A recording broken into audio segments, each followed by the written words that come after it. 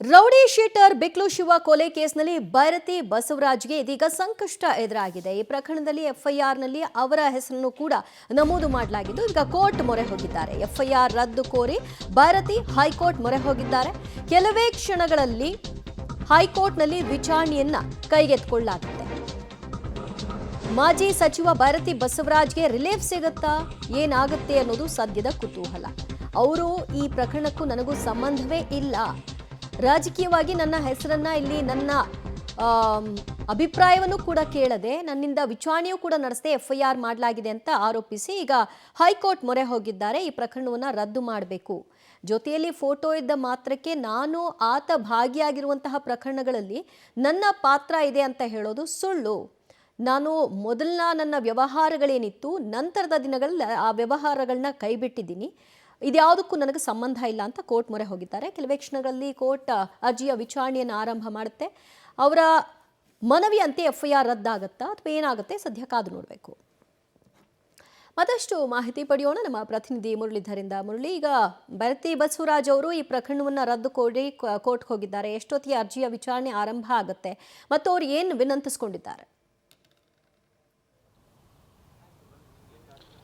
ದಿವ್ಯಾ, ಈಗಷ್ಟೇ ಮೆಮೋನ ಸಲ್ಲಿಕೆಯನ್ನು ಮಾಡಿರೋಂಥದ್ದು. ಮೆಮೋನ ಸಲ್ಲಿಕೆ ಮಾಡಿ ಮಧ್ಯಾಹ್ನ 2:30ಕ್ಕೆ ಅರ್ಜಿ ವಿಚಾರಣೆಯನ್ನು ಕೈಗೆತ್ತಿಕೊಳ್ತೀನಿ ಅಂತೇಳಿ ಹೈಕೋರ್ಟ್ ಪೀಠ ಕೂಡ ಹೇಳಿರೋಂಥದ್ದು. ಬಹುತೇಕ 2:30ರ ಮೊದಲ ಹಿಯರಿಂಗ್ನಲ್ಲೇ ಇದು ಅರ್ಜಿ ವಿಚಾರಣೆಯನ್ನು ಕೈಗೆತ್ತಿಕೊಳ್ತಾರೆ. ಅರ್ಜಿ ವಿಚಾರಣೆಯನ್ನು ಕೈಗೆತ್ತಿಕೊಳ್ಳುವಂಥ ಸಂದರ್ಭದಲ್ಲಿ ಭೈರತಿ ಬಸವರಾಜ್ ಅವರ ಪರ ವಕೀಲರು ಯಾವ್ಯಾವ ಮಾಹಿತಿಗಳನ್ನು ಕೋರ್ಟ್ಗೆ ಕೊಡ್ತಾರೆ, ಜೊತೆಗೆ ತಮ್ಮ ಅರ್ಜಿಯಲ್ಲಿ ಯಾವ್ಯಾವ ಮಾಹಿತಿಗಳನ್ನು ಉಲ್ಲೇಖವನ್ನು ಮಾಡಿದ್ದಾರೆ ಅನ್ನೋದ್ರ ಬಗ್ಗೆ ಕಾದು ನೋಡಬೇಕಂಥದ್ದು. ಸದ್ಯಕ್ಕೆ ಈ ಪ್ರಕರಣದಲ್ಲಿ ಬಂಧನದ ಭೀತಿ ಎದುರಿಸ್ತಾ ಇದ್ದಾರೆ. ಬಂಧನದ ಭೀತಿಯಿಂದ ಬಚಾವಾಗಲಿಕ್ಕೆ ಈ ರೀತಿಯ ಪ್ರಯತ್ನಗಳನ್ನು ಮಾಡ್ತಾ ಇದ್ದಾರೆ ಅಂತೇಳಿ ಹೇಳಲಾಗ್ತಾ ಇರೋಂಥದ್ದು. ಜೊತೆಗೆ ಈ ಆರೋಪಿಗಳು ಯಾರ್ಯಾರು ಜಗ್ಗ ಮತ್ತು ಕಿರಣ್ ಮತ್ತು ಬೇರೆ ಬೇರೆ ಆರೋಪಿಗಳೇನಿದ್ದಾರೆ, ಆರೋಪಿಗಳ ಜೊತೆಯಲ್ಲಿ ಈತ ನಿಕಟ ಸಂಪರ್ಕವನ್ನು ಹೊಂದಿದ್ರು ಅನ್ನೋದ್ರ ಬಗ್ಗೆನೂ ಕೂಡ ಮಾಹಿತಿಗಳು ಸಿಗ್ತಾ ಇದ್ದಾವೆ. ಆ ಮಾಹಿತಿಗಳನ್ನು ಯಾವ ರೀತಿಯಲ್ಲಿ ಹೈಕೋರ್ಟ್ನಲ್ಲಿ ಅಲ್ಲೆಗಳಿತಾರೆ, ಜೊತೆಗೆ ಅವರಿಬ್ಬರ ನಡುವಿನ ಸಂಪರ್ಕದ ಬಗ್ಗೆ ಯಾವ ರೀತಿಯ ಮಾಹಿತಿಗಳನ್ನು ಕೋರ್ಟ್ಗೆ ಸರ್ಕಾರಿ ಪರ ವಕೀಲರು ಒದಗಿಸ್ತಾರೆ ಅನ್ನೋದ್ರ ಬಗ್ಗೆನೂ ಕೂಡ ಸಾಕಷ್ಟು ಕುತೂಹಲ ಇದೆ.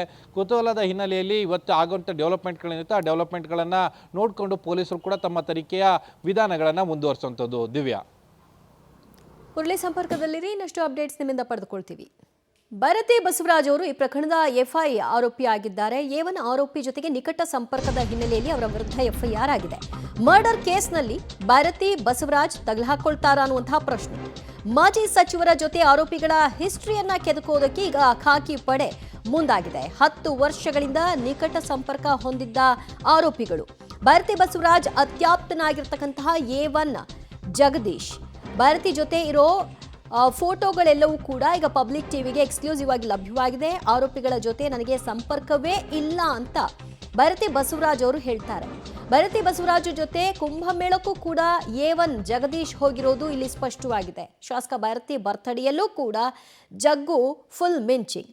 ಶಾಸಕರ ಜೊತೆಗಿನ ಸಂಬಂಧವನ್ನ ಕೆದಕೋದಕ್ಕೆ ಈಗ ಪೊಲೀಸ್ ಪಡೆ ಮುಂದಾಗಿದೆ. ಪ್ರಕಾಶ್ ಅಲಿಯಾಸ್ ಬಿಕ್ಲು ಶಿವ ಕೊಲೆ ಪ್ರಕರಣದಲ್ಲಿ KR ಪುರಂ ಬಿಜೆಪಿ ಶಾಸಕ ಭೈರತಿ ಬಸವರಾಜ್ ಅವರ ಹೆಸರು ಕೂಡ ಕೇಳಿ ಬರ್ತಾ ಇದೆ. ಯಾಕೆಂದ್ರೆ ಎಫ್ಐಆರ್ನಲ್ಲಿ ಅವರ ಹೆಸರಿದೆ. ನಮ್ಮ ಜೊತೆ ಖುದ್ದು ಭೈರತಿ ಬಸವರಾಜ್ ಅವರೇ ಇದ್ದಾರೆ. ಸರ್, ಏನಿದು ಪ್ರಕರಣ? ನಿಮ್ಮ ಹೆಸರೇ ಕೇಳಿ ಬರ್ತಿದೆ ಅಂತ. ಈ ವಿಚಾರದ ಬಗ್ಗೆ ನನಗೆ ಯಾವುದೇ ಮಾಹಿತಿನೂ ಇಲ್ಲ, ಏನೂ ಇಲ್ಲ. ಯಾಕೆ ನನ್ನ ಹೆಸರು ತಂದಿದ್ದಾರೋ ಗೊತ್ತಿಲ್ಲ. ಈಗ ಏನಾದರೂ ಇದ್ದರೆ ಪೊಲೀಸ್ ಅಧಿಕಾರಿಗಳು ನನ್ನ ಗಮನಕ್ಕೆ ತರಬೇಕಾಗಿತ್ತಲ್ಲ, ನನ್ನನ್ನು ಕೇಳಬೇಕಾಗಿತ್ತಲ್ಲ. ಈ FIR ಮಾಡೋಕ್ಕೆ ಮುಂಚೆ ಏನು ಸರ್ ಈ ಥರ ಬಂದಿದೆ, ಈ ಥರ ಏನಿದು ಕತೆ ಅಂತ ಹೇಳಿದರೆ ನಾನು ಅವ್ರಿಗೆ ವಿವರಣೆಯನ್ನು ಕೊಡ್ತಾಯಿದ್ದೆ. ಏಕಾಏಕಿ FIR ಮಾಡಿ ಇವತ್ತೆಲ್ಲೋ ಒಂದು ಕಡೆ ನಮ್ಮ ತೇಜೋವಧೆ ಮಾಡೋಂಥ ಕೆಲಸ ಮಾಡ್ತಾ ಇರ್ತಕ್ಕಂಥದ್ದು ನಿಜವಾಗ ಕೂಡ ಭಾಳ ನೋವಿನ ಸಂಗತಿ. ಯಾವ ಜಮೀನಲ್ಲಿದೆ, ಏನು ಅದರ ವಿಚಾರ ಏನು, ಅದ್ರ ಬಗ್ಗೆ ನಮಗೆ ಯಾವುದು ಮಾಹಿತಿನೂ ಇಲ್ಲ. ಯಾರು ಕೊಲೆ ಆಗಿದ್ದಾರೆ, ಯಾರು ರೌಡಿ ಶಿವ, ಯಾವನು ಏನು ಅಂತ ಈಗ ನಾನು ನಿಮ್ಮ ಸುದ್ದಿ ಮಾಧ್ಯಮ ಮುಖೇನ ನೋಡಿದಾಗ ಈ ವಿಚಾರ ನನಗೆ ಗೊತ್ತಾಗಿದೆ. 5 ಜನ ಅರೆಸ್ಟ್ ಆಗಿದ್ದಾರೆ ಸರ್. ಅವ್ರು ನಿಮ್ಮ ಬೆಂಬಲಿಗರಲ್ವಾ? ಅವ್ರ ಹೆಸರು ಕೇಳಿಲ್ವಾ ನೀವು ಅಂತ? ನನ್ನ ಬೆಂಬಲಿಗರಂತ ನಾನು ಯಾರೂ ಇಲ್ಲ, ಯಾರು ನಮ್ಮ ಬೆಂಬಲಿಗರಲ್ಲ, ಯಾರು ನಮಗೆ ಇದಿಲ್ಲ. ನಾನು ಕ್ಷೇತ್ರದಲ್ಲಿ ಒಬ್ಬ ಪ್ರಾಮಾಣಿಕ ಶಾಸಕನಾಗಿ ಇವತ್ತು ಕೆಲಸವನ್ನು ಮಾಡ್ಕೊಂಬರ್ತಾ ಇದ್ದೀನಿ. ಇಲ್ಲೂ ಒಂದು ಕಡೆ ಇದನ್ನು ರಾಜಕೀಯವಾಗಿ ಏನಾದ್ರು ಮಾಡಬೇಕಂತೇಳಿ ಈ ಥರ ಮಾಡಿದಾರೇನೋ ಗೊತ್ತಿಲ್ಲ. ಸೊ ಅದರಿಂದ ಖಂಡಿತವಾಗಿ ನಿಜವಾಗೂ ಕೂಡ ಇದರ ವಿರುದ್ಧವಾಗಿ ನಾನು ಕಾನೂನು ಹೋರಾಟವನ್ನು ಮಾಡ್ತೇನೆ.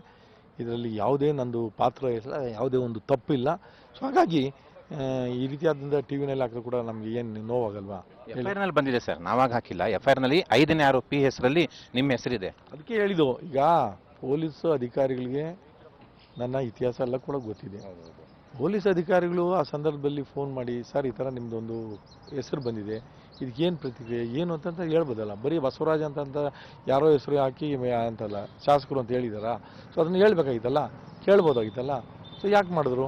ಬಿದರಳ್ಳಿ ಹೋಬಳಿ ಕಿತ್ತಗನೂರಿನಲ್ಲಿರುವಂತಹ ಜಮೀನು ವಿಚಾರ ಅಂತೆ. ನನ್ನ ವ್ಯಾಪ್ತಿಗೆ ಬರಲ್ಲ ಅದು. ಬಿದರಳ್ಳಿ ಹೋಬಳಿ ಬರ್ತಕ್ಕಂಥದ್ದು ಮಹದೇವಪುರ ವಿಧಾನಸಭಾ ಕ್ಷೇತ್ರಕ್ಕೆ ಬರ್ತದೆ. ನಾನು ಮಹದೇವಪುರ ವಿಧಾನಸಭಾ ಕ್ಷೇತ್ರದಲ್ಲಿ ಯಾವುದೇ ಒಂದು ಕೆಲಸಕ್ಕೂ ಕೂಡ ಯಾರೇ ಬಂದರೂ ಕೂಡ ಅಲ್ಲಿನ ಶಾಸಕರಿಗೆ ರೆಫರ್ ಮಾಡ್ತೀನಿ ಹೊರತು ನಾನು ಅದ್ರ ಬಗ್ಗೆ ನಾನು ಯಾವುದು ಕೂಡ ಅಲ್ಲಿನ ಕೆಲಸಗಳ ಬಗ್ಗೆ ಇನ್ನೊಂದು ಬಗ್ಗೆ ನಾನು ಮಾತಾಡೋಕ್ಕೆ ಹೋಗಲ್ಲ. ನನ್ನ ಕ್ಷೇತ್ರದ ಜನ ಬಂದಾಗ ಮಾತ್ರ ನಾನು ನನ್ನ ಕ್ಷೇತ್ರದ ಅವರ ಸಮಸ್ಯೆಗಳಿಗೆ ನಾನು ಪರಿಹಾರವನ್ನು ಮಾಡೋಕ್ಕಂತ ಕೆಲಸ ಮಾಡ್ತೀನಿ. ಕಳೆದ ಫೆಬ್ರವರಿನಲ್ಲಿ